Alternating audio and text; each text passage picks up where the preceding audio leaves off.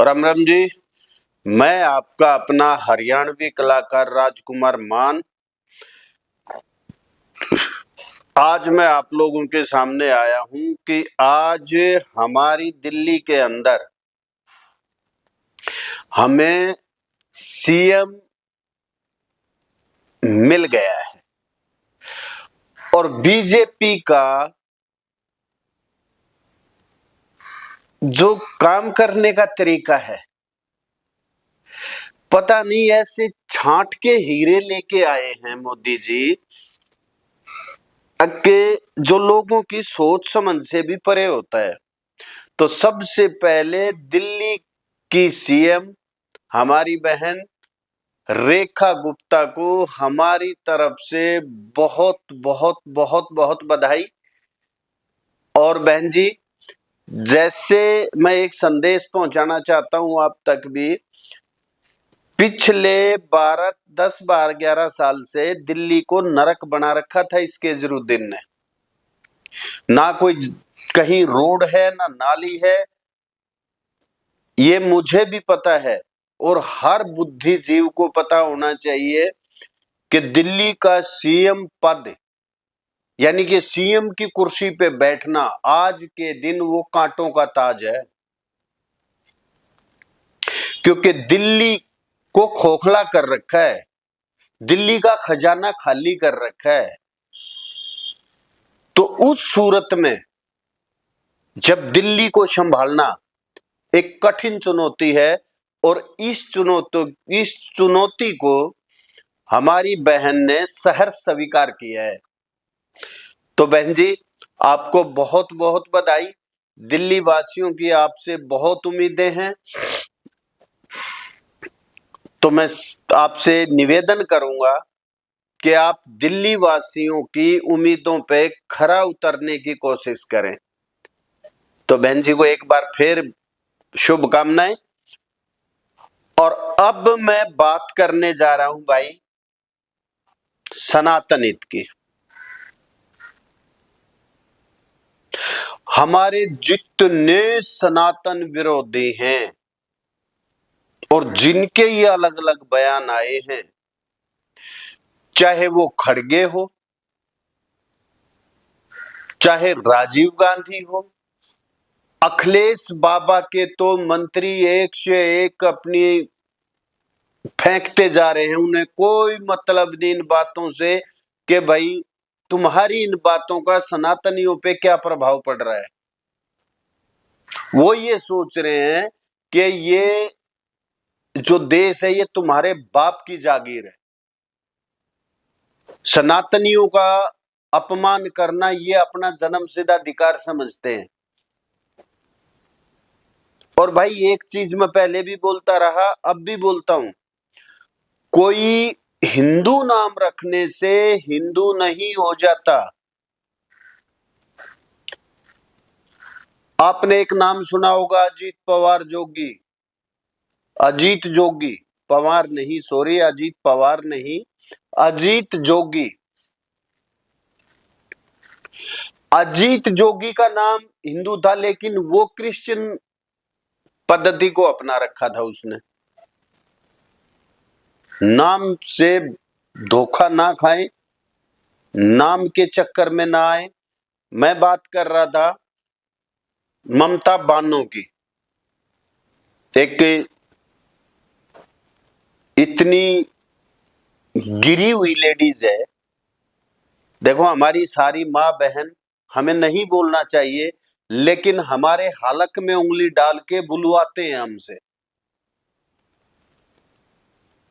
ममता बानो ने बयान दिया कि महाकुंभ नहीं, ये मृत्यु कुंभ है।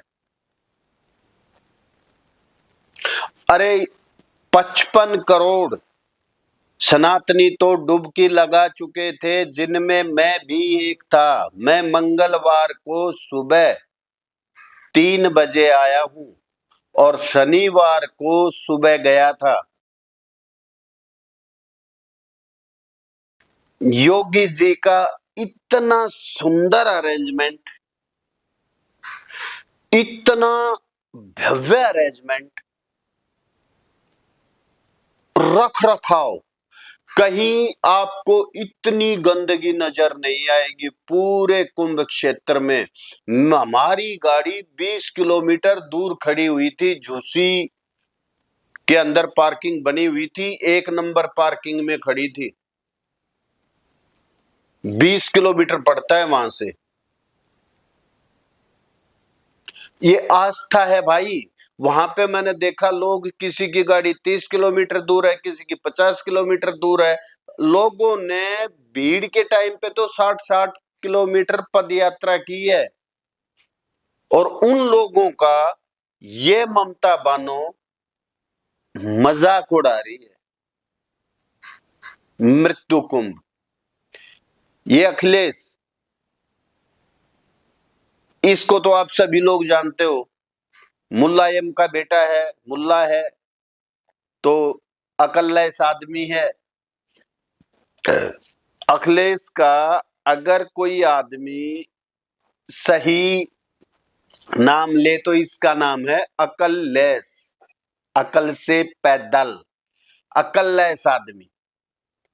ये हमें बताएगा कि महाकुंभ है या नहीं है। फिर कहते हैं, एक इनका प्रवक्ता बैठा था, मुस्लिम ही था कोई, वो सनातनियों को सनातन का ज्ञान दे रहा है। यार हद हो गई। तुम्हें वो लोग ज्ञान दे रहे हैं जिन्होंने तलवार के डर से सलवार पहन ली, और वो हमें ये बता रहे हैं कि सनातन क्या है। वो इस चीज को भूल जाते हैं कि जो सामने खड़ा है उनके बुजुर्गों ने सर कटाए हैं। तुम्हारे बुजुर्गों की तरह अपना धर्म चेंज नहीं किया। कहीं ना कहीं उनके अंदर वो टीस है, उनके मुंह में छछूंदर आया हुआ है। वो वापस आना तो चाहते हैं सनातन में, सनातन की भव्यता में रंगना तो चाहते हैं, लेकिन फिर वो कहते हैं ना, नया नया हिजड़ा ज्यादा मटकता है। ये वो हिजड़े हैं, मटकते ज्यादा हैं। नए नए मुल्ले बने हैं ना, तो ये मटकते ज्यादा है। अकललेस भी एक वही है, नमाजवादी पार्टी का मुखिया। समझ गए होगे, कहने को समाजवादी पार्टी है लेकिन सही में वो नमाजवादी पार्टी का मुखिया है अकललेस। वो कभी कुंभ पे किसी तरह की टिप्पणी करता है, कभी कैसी टिप्पणी करता है। आजा आजा, कोई नहीं, इधर आ। ओए राहुल, इधर आ, आजा, इधर आ मेरे पास, बंद है वो, इधर आ, इधर ब्रेवो, इधर आ। राहुल, राहुल गांधी, इधर आजा। ओए इधर, इधर आजा, इधर आजा, आ इधर आ मेरे पास। ये है भाई हमारा राहुल गांधी। आ भाई राहुल आजा। क्योंकि जितनी पागलपंथी वो करता है, इतनी ही पागलपंथी ये करता है। और उसकी पागलपंथी का उदाहरण एक तो ये है कि वो खुद हिंदू नहीं, और हिंदुओं पे इतना बड़ा तिलक लगा के ज्ञान फैलता है। उस ज्ञानी बाबा का ये छोटा सा वीडियो देखो। आज हम शिव जी का नाम लेते हैं, क्यों लेते हैं? क्या बात कर रहे हैं बाबा? हिंदुस्तान भगवान शिव को मानता है, तो क्यों मानता है? माइला, तेरा तो गेम बजाना पड़ेगा। आप में से कोई बता सकता है? नहीं। अब देखिए, सबसे बड़े शिव जी तपस्वी, कृष्ण भगवान तपस्वी, श्री राम तपस्वी, और हिंदू धर्म के किसी भी भगवान को आप देखिए, सारे के सारे तपस्या करे हैं। ये कैसे आदमी तूने पाल रखे हैं तेजा? साले 10-10 हजार का सूट पहनते हैं और अक्ल 10 पैसे की भी नहीं है।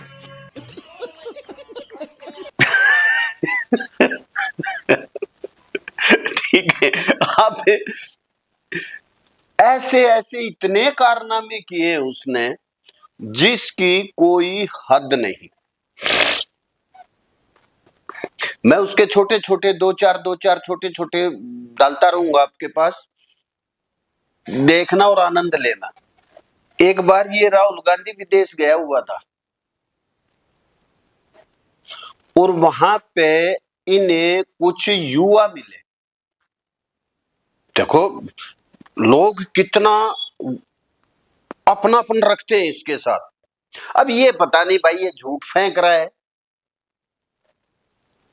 सच कितनी है वो इस वीडियो से आप अंदाजा लगा लियो।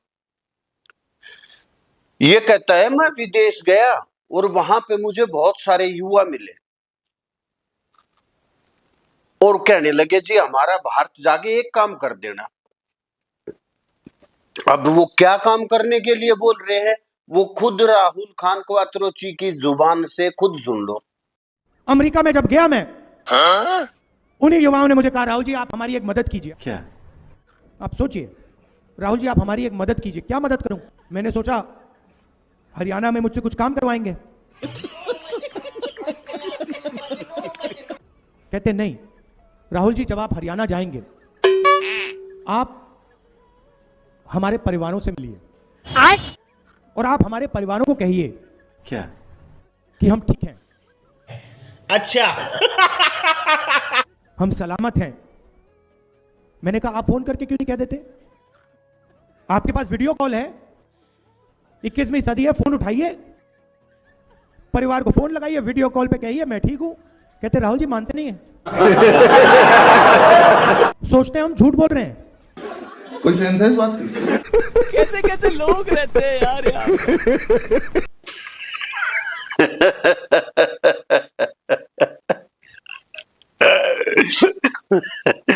क्यों रे ये इतनी लंबी लंबी क्यों फेंकता है तू? तेरी समझ नहीं आती, इतनी लंबी लंबी नहीं फेंकते, गंदे नहीं फेंकते इतनी लंबी लंबी।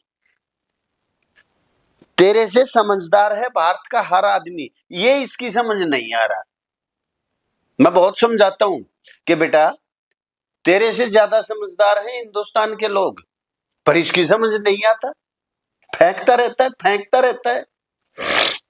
देख नाराज हो गया, ये है इसकी खासियत, बहुत जल्दी रूठ जाता है।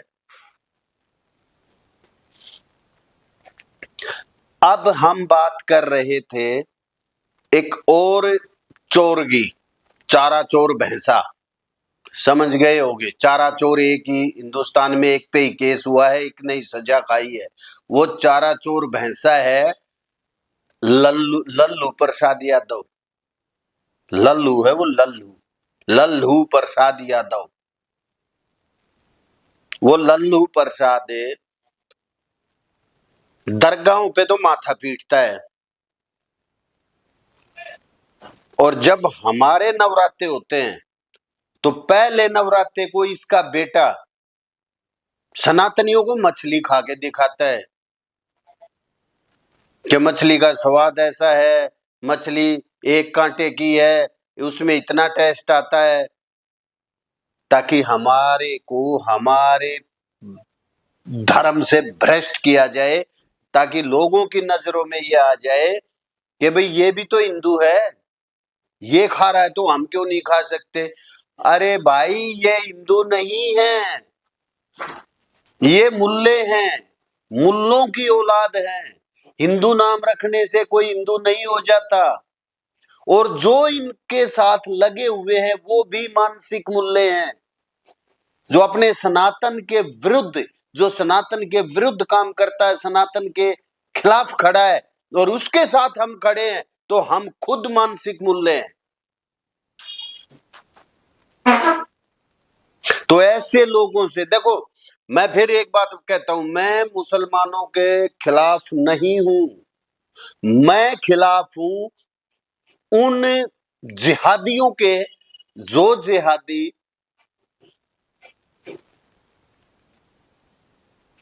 कट्टरता के अंदर वहां तक बह चुके हैं कि वो हमारी बहन बेटियों को पथभ्रष्ट कर रहे हैं, उन्हें उनके साथ लव जिहाद कर रहे हैं, या जो मानसिक रोगी हैं, मदरसा छाप, जो मदरसा छाप है ना, उनके खिलाफ हूं।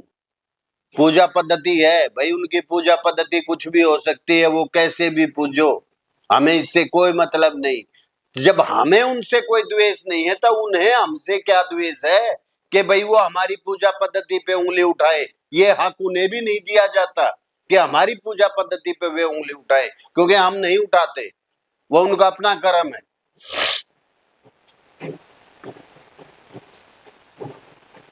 भाई बाजा बजने लग गया, इसलिए आज पूरी बात नहीं हो पाएंगी, पड़ोस में शादी है और आगे करते हैं ये सब बातें। जय श्री राम।